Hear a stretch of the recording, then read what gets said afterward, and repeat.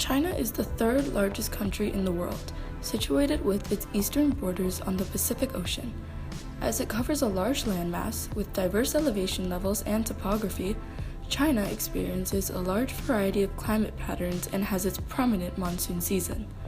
The World Health Organization predicts that climate change will increase the frequency and intensity of heat waves, therefore increasing morbidity and mortality unless effective measures are taken to prepare the population.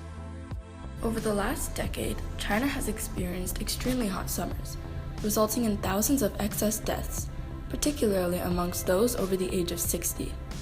China's youngest are at severe risk as well. The heat waves resulting from climate change greatly increase the risk of cerebrocardiovascular or respiratory diseases, which are already higher in China than any other country in the world.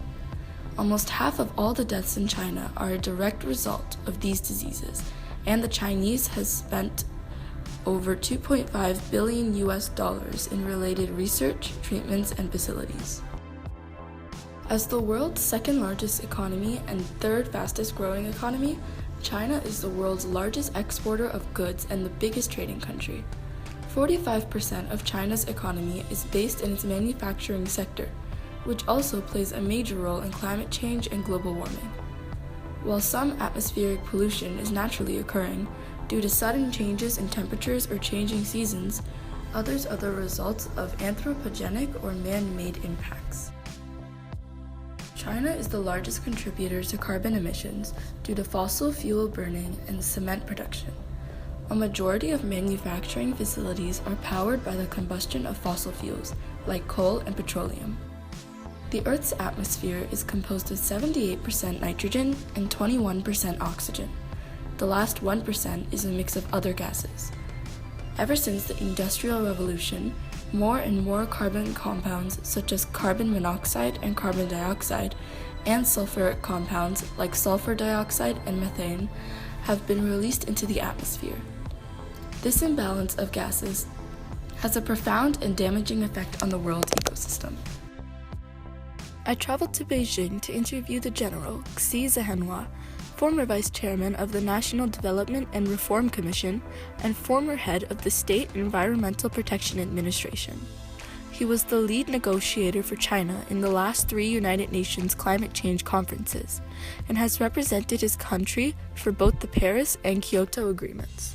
As China gradually completes its urbanization, carbon emissions from industries might reach their peak earlier than expected. But the country still has a long way to go when it comes to urbanization. So emissions from the construction, transportation, and service sectors will keep rising. Looking at the broader picture, we feel the goal of having emissions peak around 2030 is a scientific one. China has built one of the world's largest renewable energy sectors, solar, wind, and hydropower. Tell us a bit more about the progress you have made in that field.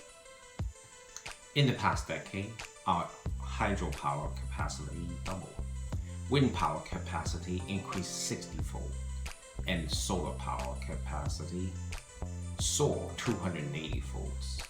These sectors has been developing very fast and had a great impact on cutting the cost of renewable energy globally by over 50%. In China's Carbon Emissions Report 2015, China was responsible for 25% of global carbon emissions that year. The magnitude and increasing rate of growth of China's carbon emissions make this country a major driver of global carbon emissions mitigations. While total carbon emissions in China already equal to that from the United States and the European Union combined, China's per capita emissions are still significantly lower. This is due to the fact that China's population is 4.25 times larger than the Americas and 2.7 times larger than the Europeans. With 1.4 billion people, China has the largest population in the world. The country houses a fifth of the entire world population, and many are feeling the effects of global warming and climate change. How has pollution or global warming affected your health or lifestyle?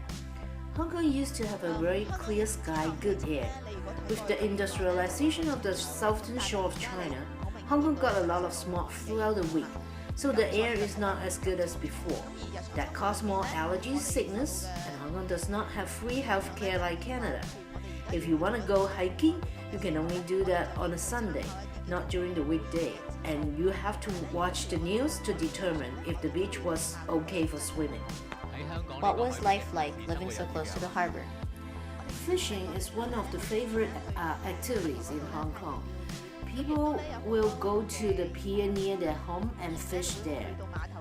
Nowadays, with the water pollutions, people still go fishing, but they won't take the fish home and eat them.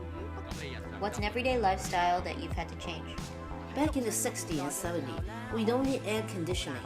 We can open the door and windows, and that will be sufficient on a hot summer day. Nowadays, nobody can survive without air conditioning. In the end, China must and is trying its hardest to transform how climate change is affecting the world today, as it will be hit the hardest and has the largest capacity to make an impact.